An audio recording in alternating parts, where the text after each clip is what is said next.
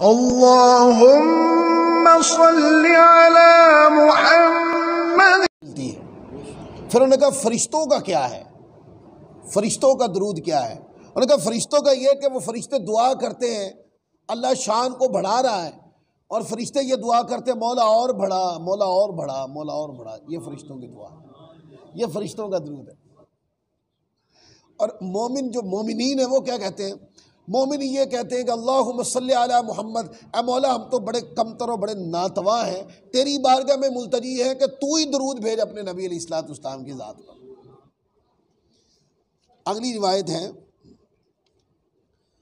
इसको हज़रत जुवैबर रहमतुल्लाह अलैह ने हज़रत दहाक रहमतुल्लाह अलैह से रिवायत किया। अब ये हज़रत दहाक, इमाम दहाक रहमतुल्लाह अलैह, ये भी तफसीरुल कुरान के बहुत बड़े इमाम हैं। ये हज़रत अब्दुल्ला बिन अब्बास रज़ियल्लाहु ताला के शागिर्दों में आते हैं। इनसे तफसीरुल कुरान की बहुत सारी रिवायात जब हम हदीस की किताबें उठा के पढ़ते हैं तो मिलती हैं। हज़रत दहाक से रिवायत है, उन्होंने कहा कि अल्लाह ताला की सलात उसकी रहमत है और फरिश्तों की सलात दुआ है। यानी कि अल्लाह ताला की सलात ये है कि वो अपने नबी अलैहिस्सलाम पर अपनी रहमत भेजता है। दोनों माने इकट्ठे कर लें, माना अपने मुस्तफ़ा की शान को बयान फरमाता है और रहमत भेजता है। और फरिश्ते क्या दुआ करते हैं? फरिश्ते दुआ करते हैं मौला और शान बढ़ा और रहमत भेज, और शान बढ़ा और रहमत भेज। ये अल्लाह ताला का अपने नबी की ज़ात पर दरूद है। फिर इसी तरह आगे भी एक रिवायत है, इसको अल्लामा इब्न क़य्यिम रहमतुल्लाह अलैह ने अपनी किताब के अंदर रिवायत किया। नबी करीम सल्लल्लाहु अलैहि वसल्लम के रोज़ा मुबारक के पास आप पर और आपके दोनों सहाबियों पर दरूद भेजना। अब ये जो लाइन मैंने दोहराई है ना, ये जिस इमाम ने किताब लिखी है ना, ये उन्होंने तर्जुमतुल बाब लगाया। अब वो इसके नीचे हदीस बयान करेंगे, लेकिन तर्जुमतुल बाब से उन्होंने ये बात बता दी है कि मोमिनीन जब आका अलैहिस्सलाम की ज़ात पे दरूद पढ़ें, जहाँ आपके आले पाक पर दरूद पढ़ें, जहाँ आपकी ज़ुर्रियत पाक पर दरूद पढ़ें, जहाँ आपकी अज़वाज पर दरूद पढ़ें, वहाँ आपके दोनों यारों पर भी दरूद पढ़ा कर, खुलफ़ाए राशिदीन पर भी दरूद पढ़ा कर, आका के तमाम असहाब पर भी दरूद पढ़ा कर। यानी कि कोई मुक़द्दस हस्ती आका अलैहिस्सलाम की ज़ात पर मुस्तक़िलन दरूद पढ़ने के बाद कोशिश करें कि तमाम मुक़द्दस हस्तियाँ दरूद पाक पढ़ा जाए सब पर। तो हज़रत मालिक बिन अनस रहमतुल्लाह अलैह ने हज़रत सैयदना अब्दुल्ला बिन दीनार रहमतुल्लाह अलैह से रिवायत किया। वो कहते हैं कि मैंने हज़रत अब्दुल्ला बिन उमर रज़ियल्लाहु ताला अन्हु को नबी पाक सल्लल्लाहु अलैहि वसल्लम की कब्र मुक़द्दसा के पास खड़े हुए देखा,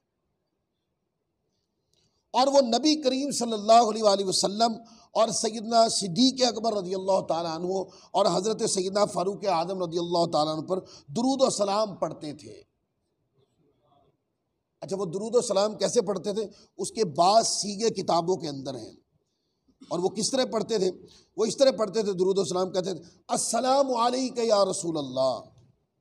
ये लफ्ज़ हैं हदीस पाक के, अस्सलामु अलैका या रसूल। ये हज़रत अब्दुल्ला बिन उमर जो हज़रत फ़ारूक़ आज़म के साहबजादे हैं, आका अलैहिस्सलाम का विसाल हो गया, शेखैन करीम हैं, दोनों बुजुर्गों का विसाल हो गया, और वो मज़ार पुरअनवार में। और हज़रत अब्दुल्ला बिन उमर रज़ियल्लाहु ताला का तरीका था, और ये मुफ्ती मक्का भी थे, तो जब भी हुजूर की कब्र पे आते तो आकर कैसे करते? सलाम भेजते, अस्सलामु अलैका या रसूल अल्लाह, ख़ास सलाम हुजूर की ज़ात पर। और जब आका की ज़ात पे सलाम हो गया तो उसके बाद कहते अस्सलामु अलैका अबा बकर, और बाज़ रिवायत में है अस्सलामु अलैका या अबा बकर, सलाम हो ऐ सैयदना सिद्दीक़ अकबर अबू बकर सिद्दीक़ आपकी ज़ात पर। और फिर कहते अस्सलामु अलैका या अबी, क्योंकि वो साहबजादे थे ना हज़रत फ़ारूक़ आज़म के, तो फिर सलाम कहते अस्सलामु अलैका या अबी, सलाम हो ऐ मेरे वालिद आपकी ज़ात पर।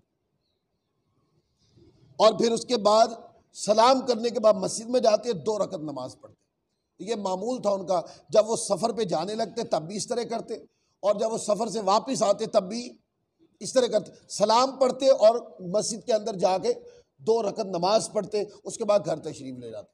सफ़र पे जाने लगते, पहले सलाम करते, फिर मस्जिद में 2 रकत नमाज पढ़ते और सफ़र पे तशरीफ़ ले जाते। अब मैं पूछता हूँ, कि हम पढ़े अस्सलातु वस्सलामु अलैका या रसूलल्लाह।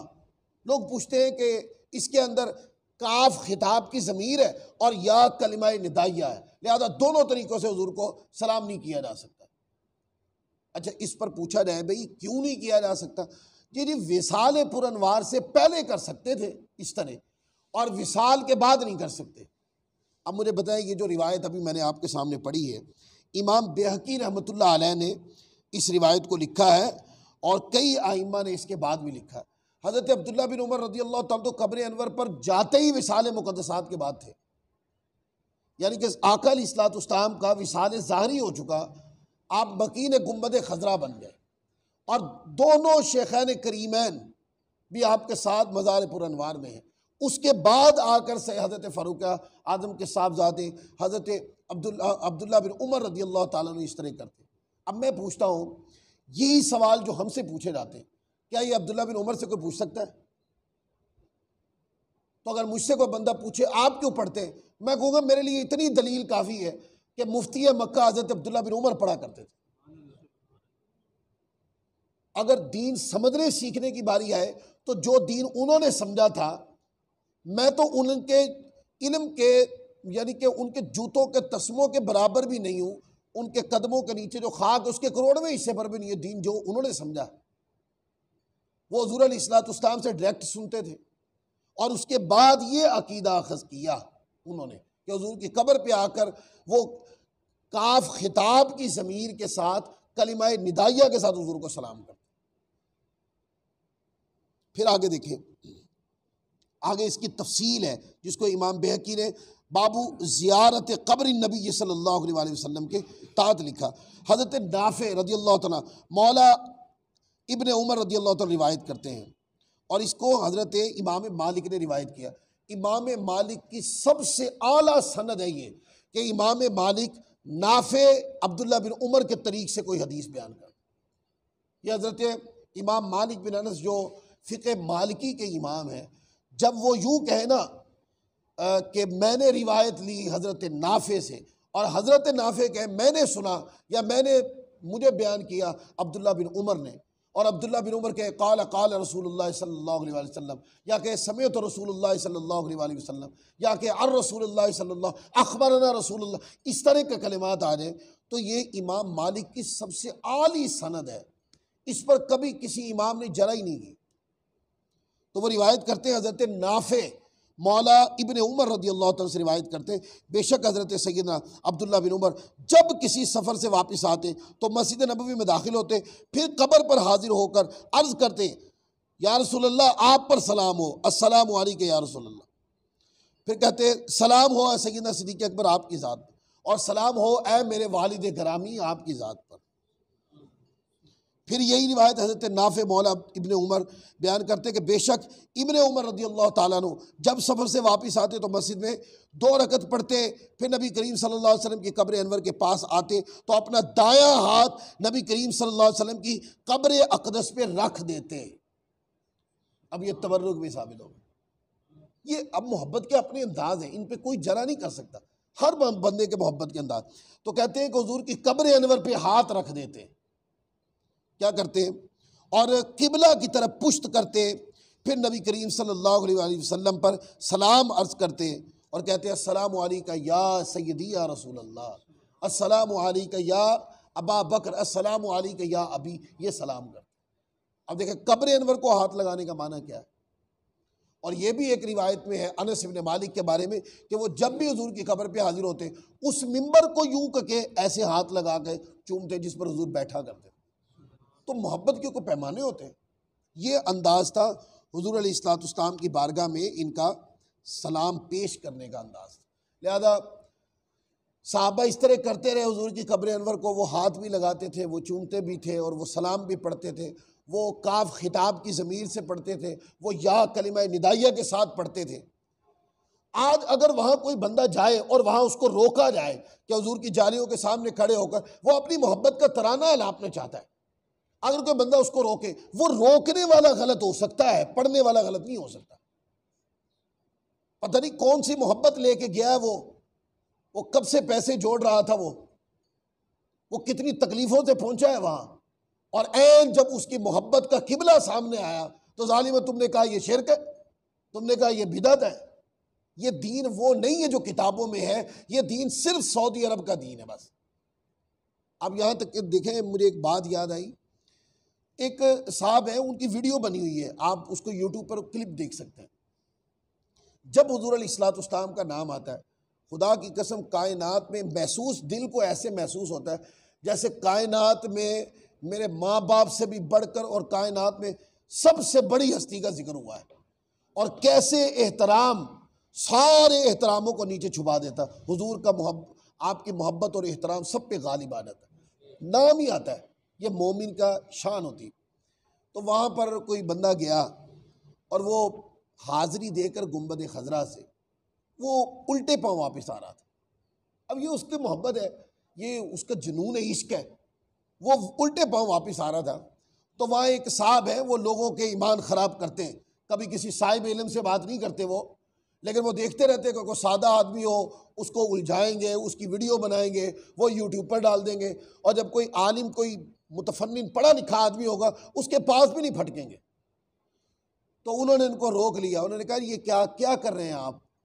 उन्होंने कहा कि मैं अदबन उल्टे पाँव वापस आ रहा हूँ, मेरे नबी करीम सल्लल्लाहु अलैहि वसल्लम की कब्र पाक है, तो मेरा अदब इजाज़त नहीं देता कि मैं पुश्त करूँ, तो ये मेरी मोहब्बत मुझे वापस उल्टे पाँव लेके आ रही है, मैं उनके एहतराम में। तो वो पता क्या कहते हैं, कह रहे कि ये एहतराम किसी हदीस में लिखा हुआ है।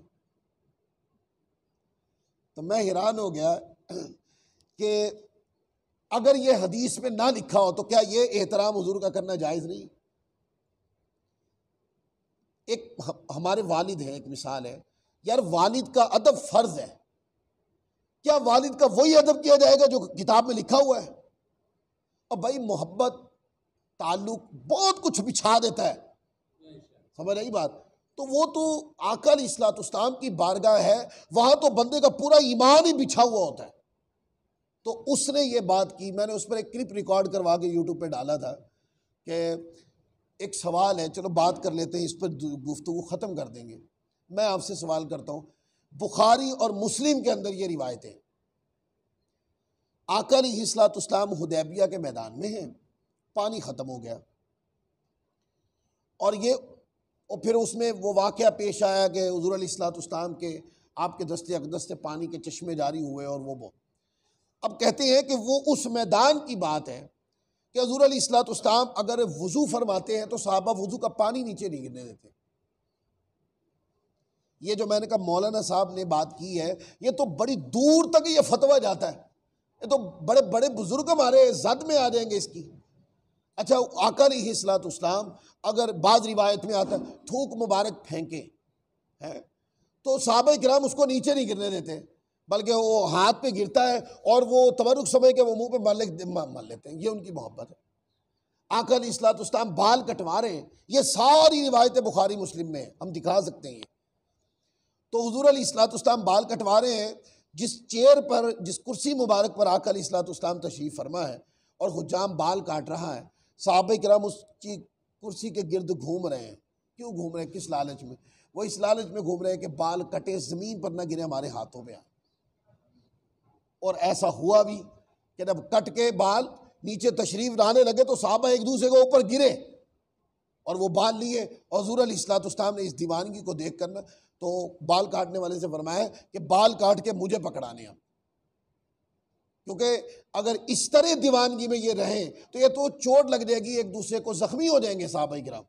इनकी मोहब्बत का ये आलम है। पर उनके अंदाज़े मोहब्बत पर हुज़ूर ने कोई जरा नहीं की। और फिर दूसरी बार जब बाल कटे तो आका अलैहिस्सलाम के दस्ते अक़दस में दिए गए। हुज़ूर अलैहिस्सलाम ने हज़रत अबू तलहा से फरमाया कि ये बाल अपने पास रख ले और इनमें तकसीम भी कर दे। अब मेरा ये बुखारी मुस्लिम की दर्जनों रिवायतें हैं और सियासत्ता में कई किताबों से ये मैं दिखा सकता हूँ। मैं एक सवाल पूछता हूँ, वो जो वहाँ सऊदी अरब साहब में है और वो वहाँ पर लोगों के ईमान हथियाते हैं, सहाबा किराम थूक ज़मीन पर नहीं गिरने देते, चेहरों पे मलते हैं, पानी ज़मीन पर नहीं गिरने देते और वो चेहरों पे मलते हैं, और बाल ज़मीन पर नहीं गिरने देते और तबर्रुक के लिए उठाते हैं। और अगर किसी को पानी गिरा और किसी को नहीं लगा हाथ में, तो वो जिसके सिन्ने हाथ होते थे ना, वो उनके हाथों के साथ यूं मल के तो मल, यानी दीवानगी की ये हालत थी। मेरा सवाल है यहाँ पर, ये जो मोहब्बत का अंदाज था, ये साहबा को हुजूर ने सिखाया था कि ऐसे मोहब्बत किया करो? बोले, मोहब्बत का कोई पैमाना होता है? यानी कि फिर ये जो फतवा आपने दिया है कि अदब वो करे जो किताब में लिखा है, तो ये तो सारे साहबा जद में आ जाएंगे। साहबा ने पूछा तो नहीं, आका अलैहिस्सलाम ने मना भी नहीं फरमाया। मालूम है कि ये इनके ईमान, ये गैरत ईमानी, जज्बात ईमानी है, ये इश्क ईमानी है, ये ईमान की हिफाजत होती है, ऐसे जज्बात कल्बी होने चाहिए। तो देखें, दीन जो किताबों में है वो और है, जो सऊदी अरब में दीन है वो कुछ और है, उसमें बड़ा फ़र्क है। वहाँ पर लोग नमाज पढ़ते हैं, लेकिन उनकी अगर आप बातें सुने तो उनकी बातों में ज़रा भी मोहब्बत नहीं है, ना अदब है, ना मोहब्बत है, ना ताज़ीम है, कुछ भी नहीं है, खाली सीने। यहाँ किसी मोमिन से हुजूर का नाम लेके देखें, उसके जज्बात देखें, आप देखें वो जैसे हुजूर का नाम आएगा उसका ज़ाहरी खदो खाल बदल जाएंगे, अंदाज बदल जाएगा उसका, उसके लबों के ऊपर फ़ौरन दरूद का तराना होगा। तो ये जो लोग हैं जो सऊदी अरब से बाहर रहते हैं, ये तो हुजूर की मोहब्बत में मिटे हुए लोग हैं, ये तो आका के इश्क में, हुजूर की मोहब्बत में मरना पसंद करते हैं, ये तो आका अलैहिस्सलाम की ताज़ीम करते करते मरना चाहते हैं। लिहाजा ये जो अकीदा, ये जो बात सिखाई जाती है, ये बिल्कुल गलत है। और ये अदब और एहतराम का अकीदा जो है, और अदब और एहतराम से सलाम पेश करने का जो अकीदा है, या हुजूर की कब्र अनवर पे जाने का अकीदा है, ये आज का अकीदा नहीं है, ये सहाबा किराम के दौर से ऐसे ही चलता हुआ आ रहा है।